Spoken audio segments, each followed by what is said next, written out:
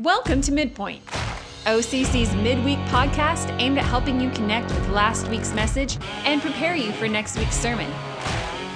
Let's dive in. Hello and welcome to this week's Midpoint. I'm here with Pastor James. And I'm here with Pastor Brenton. Yeah, that's me. On our, it's not Palm Sunday. What is Tuesday in Holy Week? Do you know? Because I know there's a bunch of different. Yeah, it's not Fat Tuesday. Palm Sunday. Yeah, I have More Palms Monday. Yeah, having not grown up in any kind of liturgical remembrance of those things. I mean, I got Palm Sunday and Good Friday and Easter Sunday. There's Maundy, Thursday. I feel pretty good, about just the generic knowledge there. But yeah that wasn't a thing for me growing up.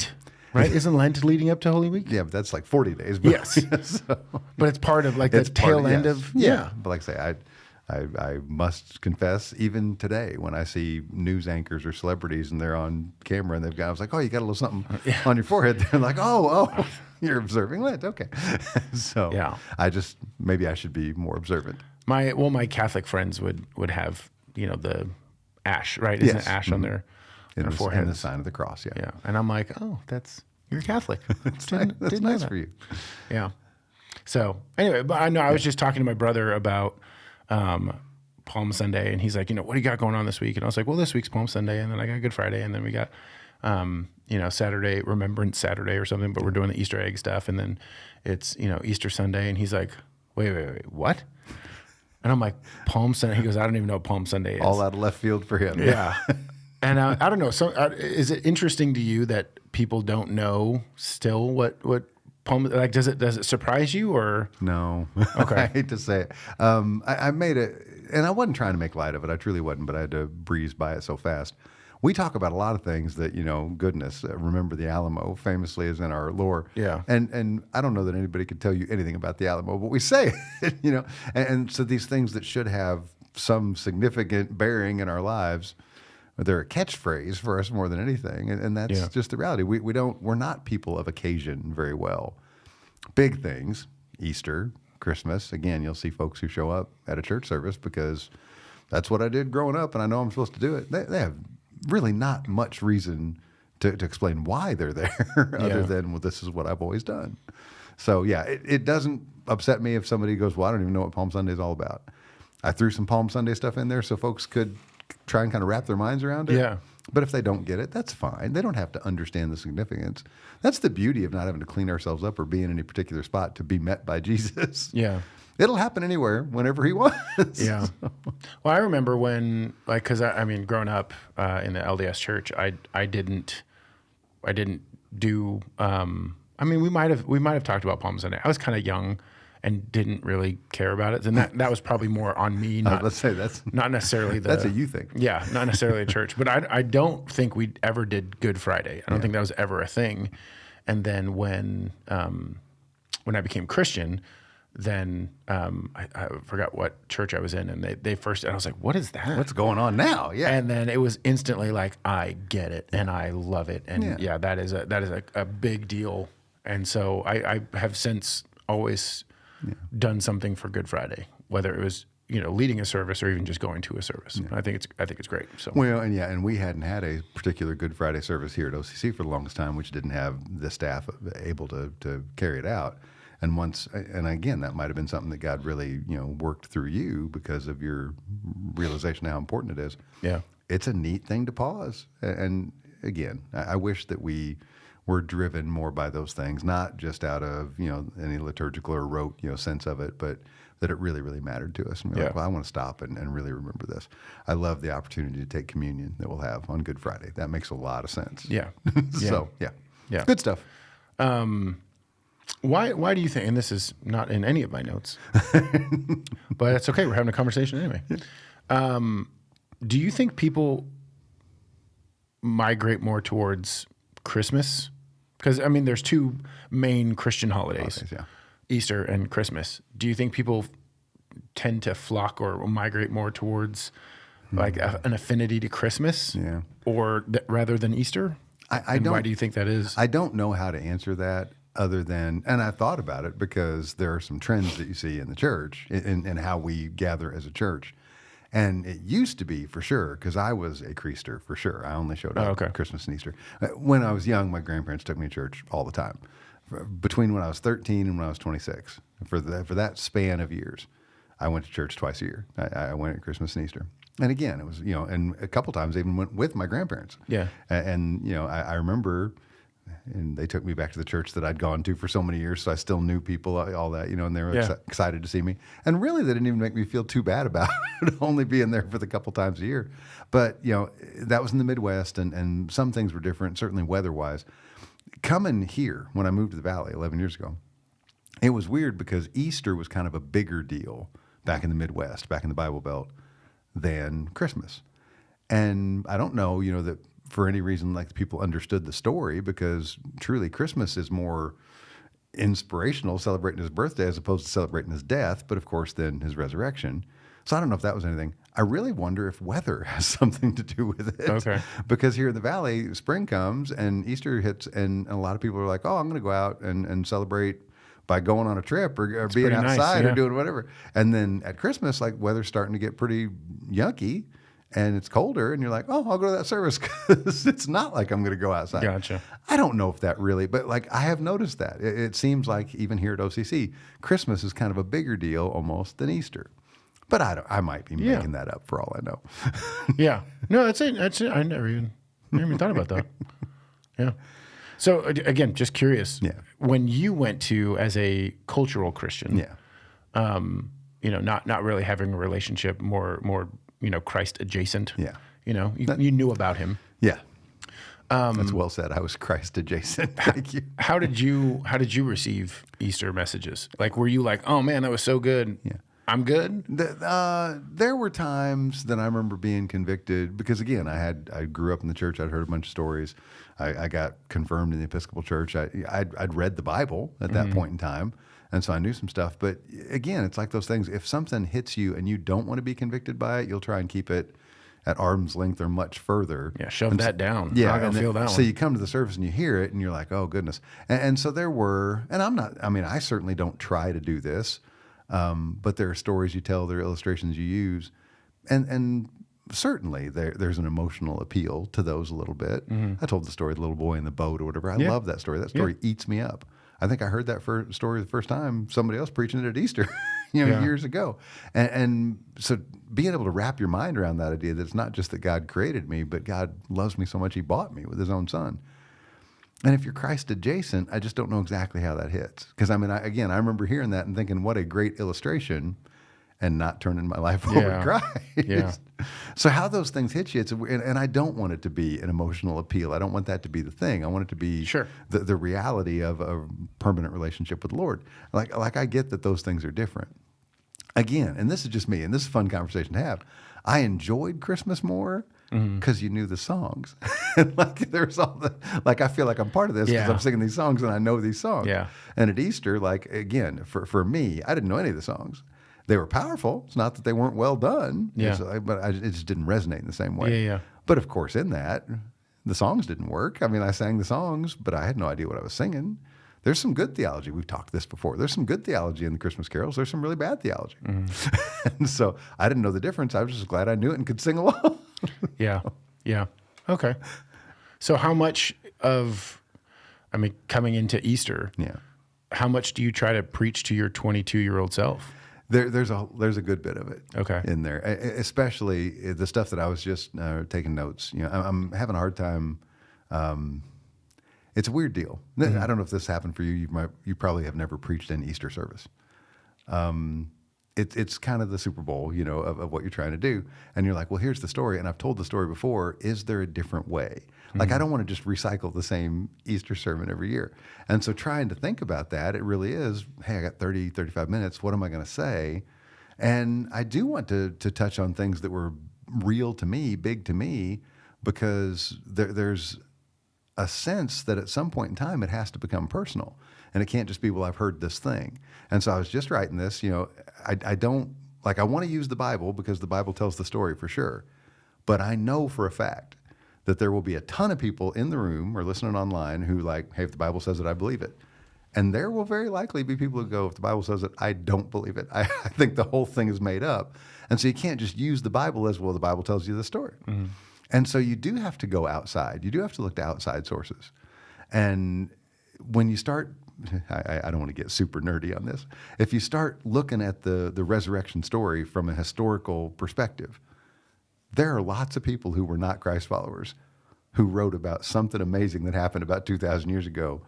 And that can't be coincidence. That's not the way that works. Yeah. And so I mentioned kind of three famous, fairly famous, people will probably recognize their names, who were secular historians, one Jew, one Roman guy, Pliny the Younger. And you hear these guys and you're like, they had no skin in the game.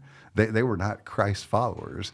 And they're writing, there was this guy Jesus, and he said that he resurrected, and there were all these people who said they saw him and walked with him and ate with him. What do you do with that? You got to do something with that. It can't just be, well, that was a one-off. No, there's a bunch of folks who wrote stuff like that. So then you have to do something with it. To me, and again, this is just the way I'm wired, maybe the most compelling evidence is the disciples. And yes, you're like, okay, I see the disciple story in the Bible and this. The disciples were clueless. The disciples make me feel so good about myself sometimes because you're like, I was that clueless.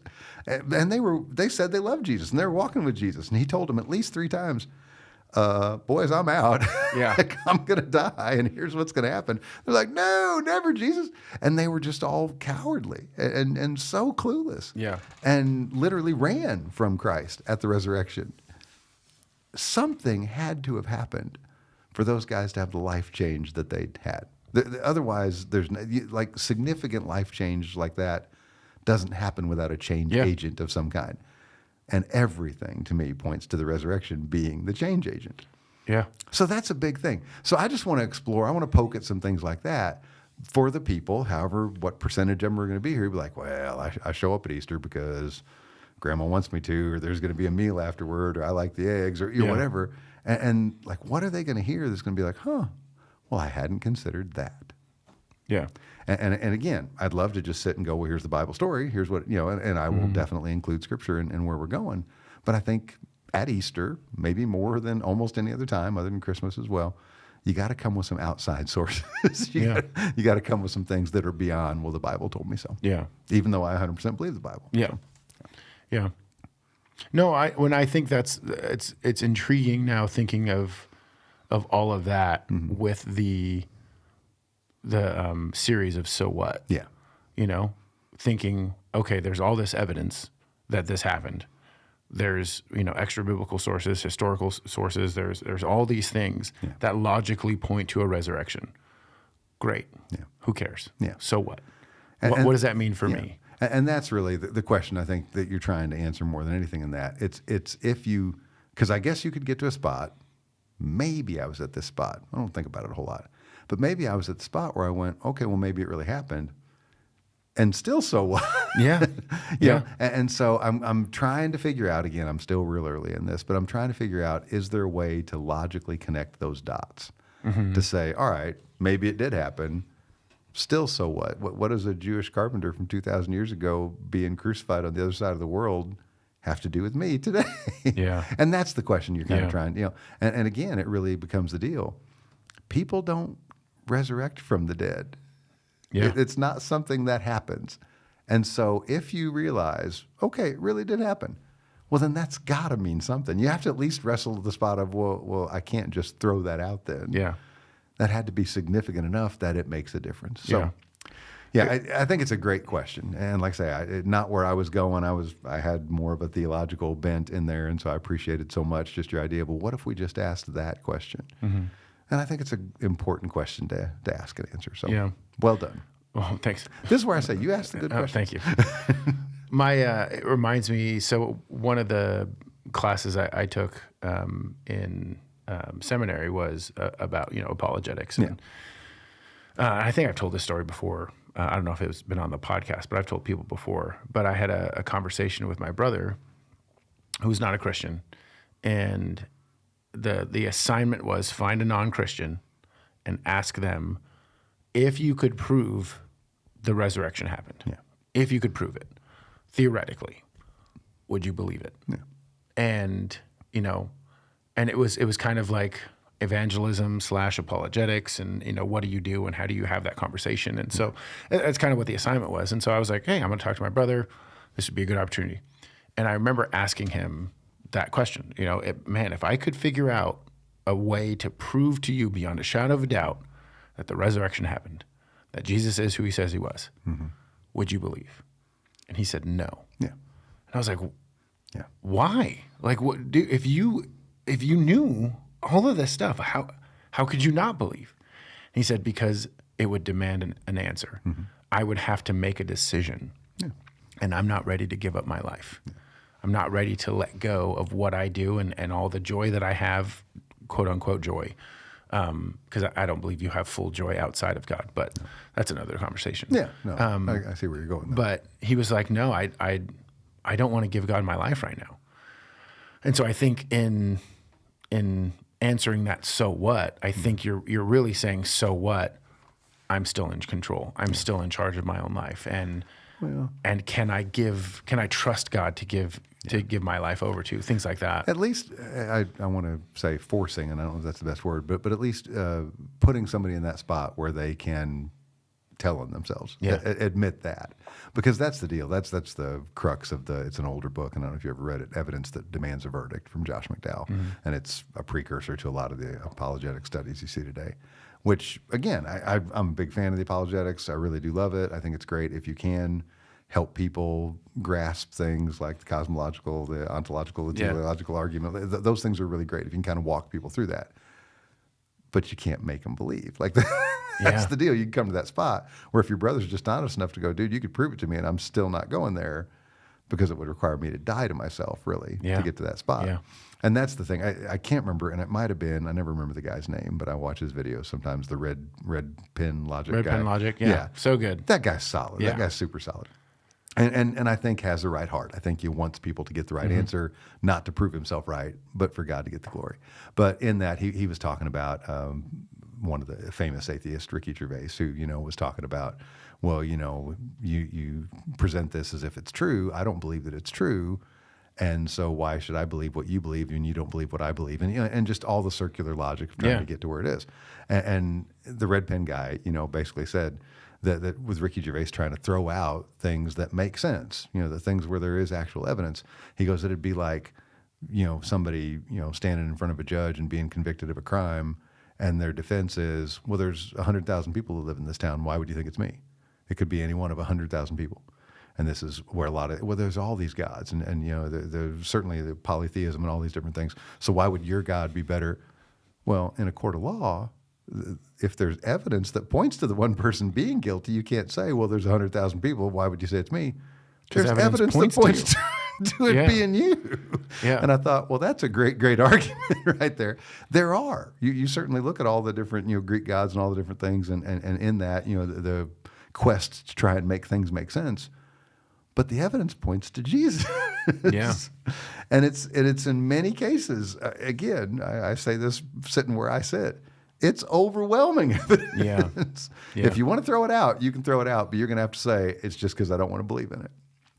And again, you're forcing, it sounds like such a hard word, but you're forcing people to make that stand. Yeah. And go, you could make the greatest case ever. I'm just not going to believe in it because I'm not going to believe in it. Well, that's a you issue. That's no longer is that I didn't make a good case. It doesn't matter what I say, you're not going to believe. Yeah. So. Well, and that goes to, what was it, Romans 1, where they're without excuse. Yeah. And they know the truth and they suppress the truth. You can see it all around you and you choose not to. Yes. Yeah. Yeah. And it crushes you in that because, but again, it comes back to a larger theological truth, and you keep drawing the circles even wider. I can't save anybody. Like I can't make somebody make that decision. That's not my deal.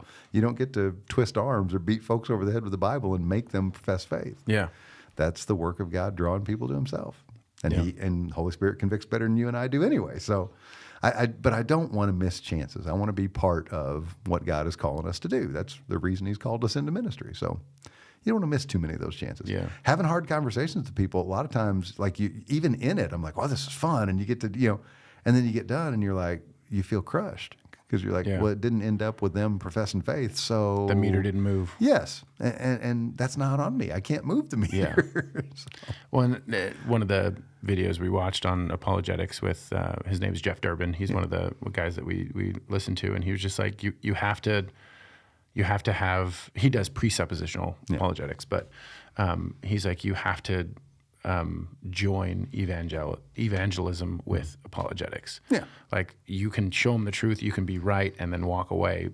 But unless you give them you need to give your life to Christ. You need to bow the knee to Jesus. You need to know that you're a sinner and you are saved by grace if you believe.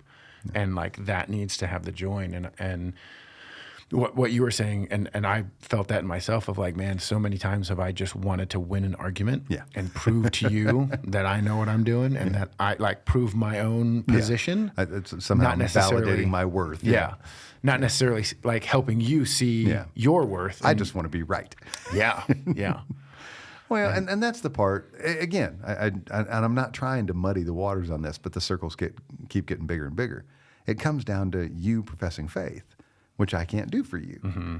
And so this is and I'm not saying don't follow an apologetic model because it really makes a lot of sense.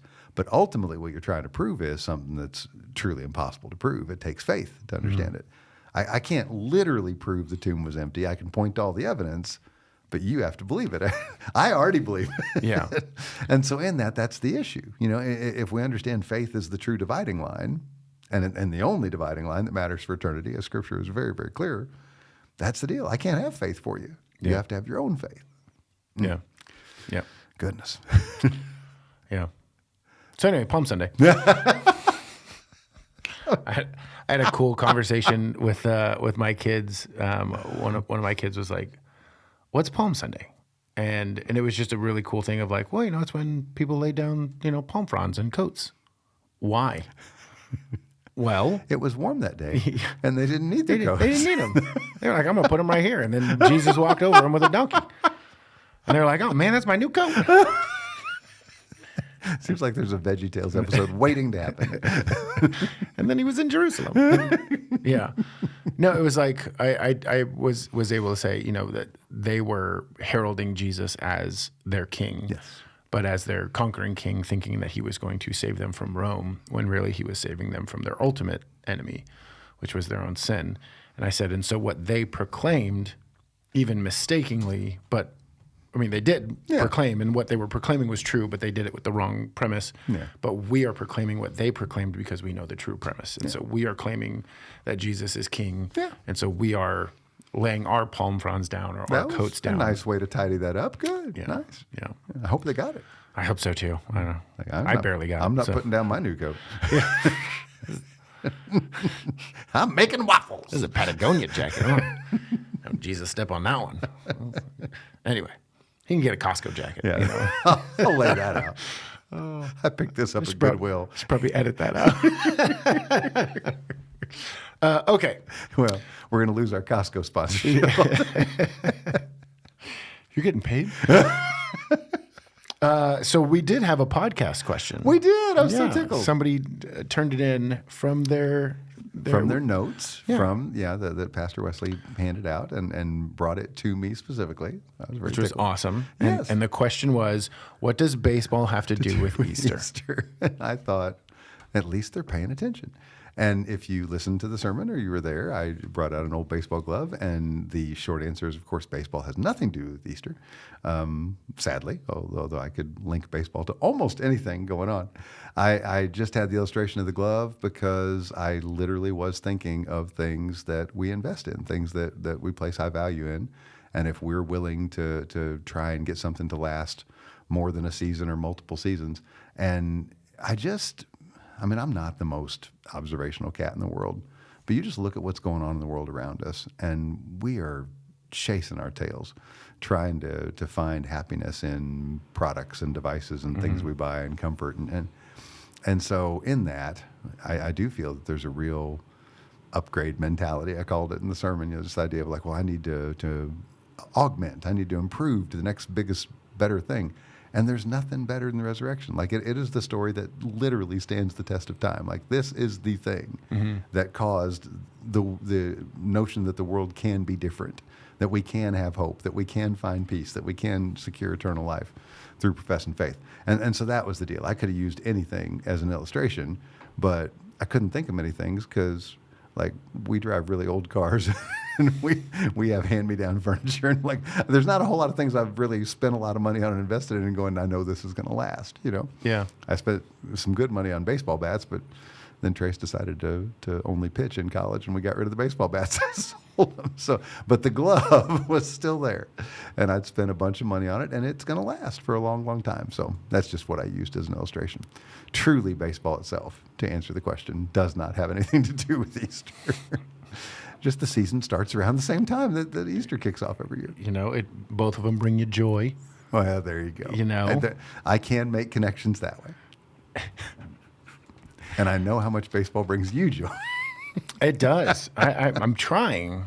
Every once in a while, I'll get like a baseball short, you know, or whatever that'll come across my way, and I'm like, Oh, if this is good, I'm going to bring this up in a meeting later. Jeez, and I think I did. you Remember did, yes, recently. the touching of the hat, the at challenges. least you're paying attention. Yeah, you're learning the ABS challenge. Yeah. I really liked your the boat analogy that you talked about. How I don't know, part of me is, I mean, every analogy breaks down, but I liked the, you know, I made you and I bought you, and I know part of me was like, isn't that unfair for the boy? And I'm like, is that the point? Hold on, maybe that was the Yeah. No, like I say, I truly I stole that story and I don't remember from where. I would assume I heard it. It might have been a Young Life illustration, but I'm assuming I heard it in a sermon around Easter. But I remember it really resonating because it brought those two things together. At Easter, we spend so much time talking about the fact that Christ paid the penalty for our sin, and so really the bought concept. But God created us before that. He owned us before that. Yeah. And sin, of course, created this problem. And so it is that we are His because He created us and because He bought us. And so this double idea. Yeah. And again, the story is, for a guy like me who's kind of sensitive, it just hits you in the feels. So I'm glad that it got you because you're not that guy. No, I have no emotions ever. Shove those down till I die. Ouch. Oh my. Okay. My therapist doesn't think I should do that, but whatever. What do they know? What do they know? You think some degree's going to tell me what to do? No. Anyway. Yeah. Let's see how you transition out of that one. No. Well, going back to the boat. But no, I like it works on a lot of levels. I think that's why it's a good analogy. It's just like, you know, the storm of sin, the storm of, you know, the rain cloud of our own decisions. And, you know, God seeks us out. God rescues us. God created us and then seeks us out when we are lost. Like He's that shepherd. He's, you know, it reminds me of the, and I cannot watch it. It's that Lifehouse song skit. Oh, yeah, that's the one. I thought you didn't have one. I do when that video plays. Blubbering baby. When I've never watched that and not cried. You're right. Actually, a lot of Good Friday like videos or Easter videos, like when you really, you know, get a video or you get some imagery that really explains the resurrection. It explains, like, you know, the whole reason behind what Jesus did. Like, man, you are faced with the glory of God and the depravity of your own sin, and you were like desperate for God to rescue you. And then when you're like, He did, like, it's like, oh man, like it feels so good. But anyway, the Lifehouse skit of, you know, the lady that is tempted by all of these other things, and God's like, I'm right here. And then eventually He steps in and then like Bears the weight of and holds them off and then defeats them and then walks with you. It's like, oh, that's so beautiful. So good. But that's a video we're not going to watch on Sunday because I have to sing and can't sing if you're crying. You could link it in with the podcast and people. I could. Yeah. I could. Maybe I will. And then everybody can cry in anticipation. Yes. And then you also mentioned later on the stone was rolled away, not for Jesus. He didn't have to roll the stone away. Yeah. But he did it for us to get in. That really, I don't know why I had never even processed that before. But what brought that on? I was reading and I got hung up on, I read NASB a lot and then preach out of ESV. And so I'll go back and read ESV. And a lot of times I'll just on my online concordance, I'll look at different translations. And I read the word wrong originally that that Peter stopped. And it didn't. It said Peter stooped in. He whatever size stone was, it was in the tomb. He had to stoop to get in there. And I don't know what happened, but I just thought about that. I was like, okay, well, the stone rolled away for this reason, whatever. And Peter's able to get in there, but he had to duck to get in there and yada, yada. And it really, I don't know what happened. But just that notion of, well, Jesus didn't even need the stone to be rolled away. Like Jesus can show up anywhere he wants. And I started thinking about Philip and the Ethiopian eunuch and transporting and like God can do whatever he wants on stuff like that. And so why is the stone rolled away? And I didn't have time to put it in there, and I started writing on it this week again. I mean, like the whole idea of there are other theories of potentially what happened to Jesus. And one of the popular ones is the swoon theory, which I think is just so ridiculous. That the notion that, well, he was up there on the cross, and boy, he looked pretty dead, but really he was just passed out, and he was fine. And so 3 days later, he just miraculously, with no food or water and no air in the tomb, all of a sudden he was like, oh, now I'm going to wake up. And he had the strength to roll the stone away. Yeah. And then he went out looking like beat death. And everybody's like, oh, that looks like a conquering victor. I think I'll put my faith in that guy. None of it makes sense. Yeah. And the tomb would have been guarded because of all the prophecies about the 3 days. Yeah. And so like anybody who would have let a guy like that walk past them would have been put to death immediately. Like the whole thing falls apart. Yeah. And so I just started thinking about that. The stone wasn't rolled away for Jesus to make some kind of sneak, a departure. Yeah. It was to let the ladies in, to see that he wasn't there. It was to let Peter in. And literally that just, it was an aha moment for me. I was like, I've never once thought of that. I don't know why. Yeah. But I love it when that happens. You look at a story you've read a dozen times or more and like, oh, hadn't caught that before. So I hope that was impactful for people who heard it because, again, that's just the kind of thing. That means the door's still open. That means the tomb is still open, that we can poke still our head. Accessible. Well, and be a critic. Be skeptical. Be all those things you want. Yeah. The story stands up to those. So it's not just, well, pay no attention to the man behind the curtain. It's, no, dig in a little bit. Yeah. See what you come up with. Yeah, wrestle with that. Yeah. Yeah, I love all of those, the swoon theory of just like, I heard it and I remember learning it and it was like, oh, how do you respond to that? Like, what do you do? And it's like, you sprain your ankle. You're going to be limping for a while. Jesus appeared like glorious. Yeah. And people were like, oh man, he's resurrected. If he was beat half to death, actually like 90% to death, and then he showed up 3 days later with, like you wouldn't be like, looking there's like our death on a Triscuit. Yeah, you're like, no. Did you say death on a Triscuit? Yeah. I don't know exactly where that came from.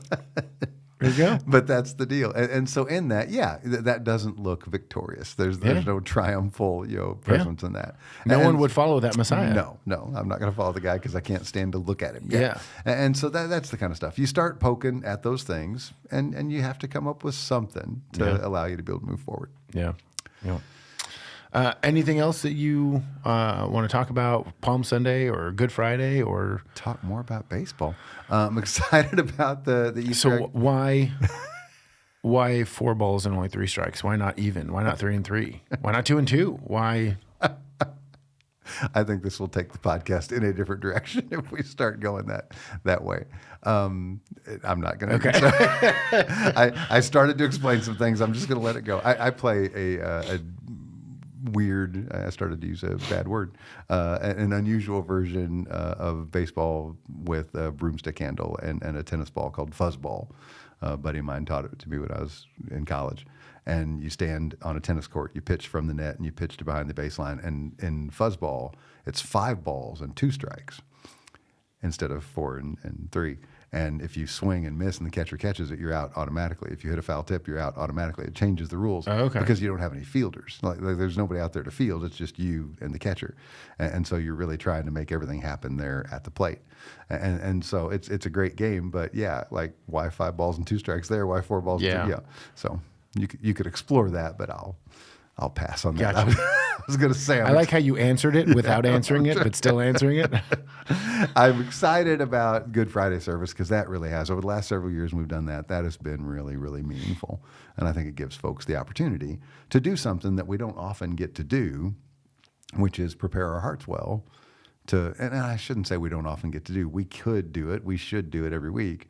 But I think sometimes folks show up and like, well, I went out Saturday night and we had dinner and we went on a date and we did whatever. And then I show up Sunday and I didn't spend any time Saturday night getting ready and preparing my heart to worship. Good Friday kind of makes you realize, oh, there's something really going on here. And now I am preparing my heart. And so a lot of folks who love the Lord, who love this church are going to show up. I don't know necessarily more somber, but ready.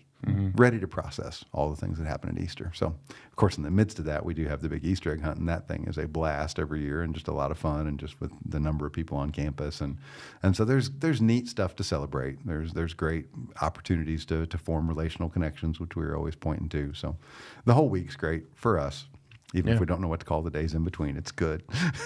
So I'm excited about that stuff happening. Great. I have nothing else to add. Any Good for you. death on a Triscuit. Anyway, my friend's from Tennessee and like you says a lot of things that I'm like, I've never heard that Never heard before that in my entire life. It's wonderful. There must be just a Midwest phrase book that somehow I read as a kid. Some grandma out in the middle of the boonies is saying stuff and like, I'm gonna write that down. That's a good one. That's good. Write that down. Any prep for this week other than really just Good Friday?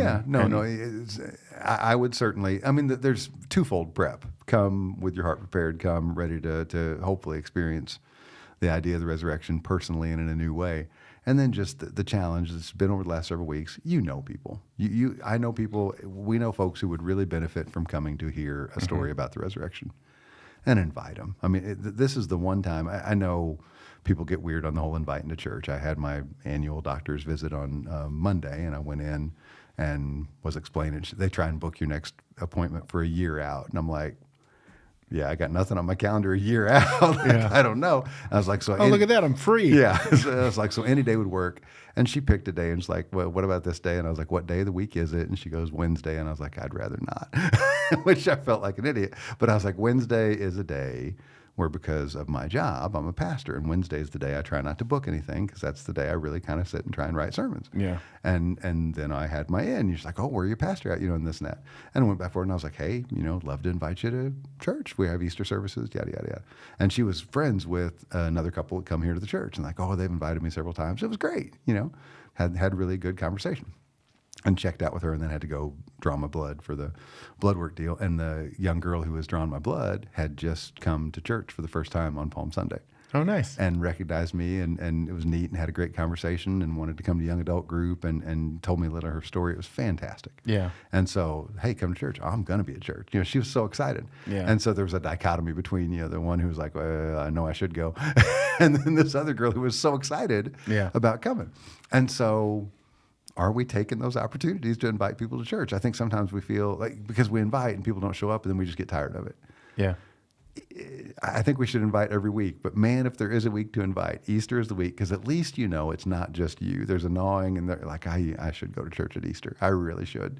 And so maybe there's a chance that you literally aren't the impetus. You're not the reason, but you help push it over the edge. Yeah. Like I was really thinking about going and you invite them like, okay, great. Which church do you go to? That's the one I'll go to. So, yeah. Yeah. So I do hope there's some of that. I hope folks are really, really thinking about people who need to hear that story. They need hope and they will show up. Yeah. And I was just, as you're responding, I'm like, I wonder if people are afraid of the follow-up conversation. Yeah. Like maybe they're not afraid of the actually showing up. Yeah. Or even the initial conversation of, hey, you want to come to church? But if they say yes, oh man, now I'm invested. Yeah. Now I have to answer questions. I have to respond. I have to, And that's very true. That could be true. And I think if you're in that spot, like, come and talk to us. Talk to James, talk to myself or any of the other pastors, and even like pick our brain. Send us an email. Like, we'd love to help you and equip you to be able to be a force for God in the LC Valley. So, yeah. Great. There you go. That is really, really, that's good. That's good. Anyways, I think that's all the time we have for this week's Midpoint. If you'd like to join us in service, we always have services. We do. It's almost like it's every week. It is like Something like that. We won't have any services this Monday, which is the Monday after Easter. So we're not doing an Easter Monday service because Easter Monday just doesn't flow off the tongue. Yes. But we are having an Easter service. Well, actually, let me go back. We're having a Good Friday service from like 6 to 7. It's like 6:45, 6 to 6:45, something like that. But it'll be 6 to 7, and then we have an Easter egg hunt on Saturday. Doors open at 10, 9:30? I thought the heat started. Yeah. You better check the website on this one to make sure. Don't let me get you wrong. Show up at 7:45 in the morning. No, I think 9 or 9:30 That's when volunteers are showing up. Yeah. If you show up at 9:30, you should be fine. But yeah, check the website. Yeah. And then that'll be really fun. That's pretty much goes up until about noon or 1 o'clock-ish. And then give you time to go home, be with family, whatever. Cook your Easter pre-meal prep. Yes. Get ready. And then Sunday morning, 8, 9:45, and 11:30. And then you guys can have a great Easter afternoon, evening. And then, that's it. And then, Then continue on. There's other stuff, podcast, things like that. I ran out of steam at the end. I was just saying all the times. It's just turns out I'm done. I ran out of words. I've said everything I need to say. Anyways, well, know that God loves you and that we love you, everybody here at OCC. Appreciate you guys. Amen. God bless you guys.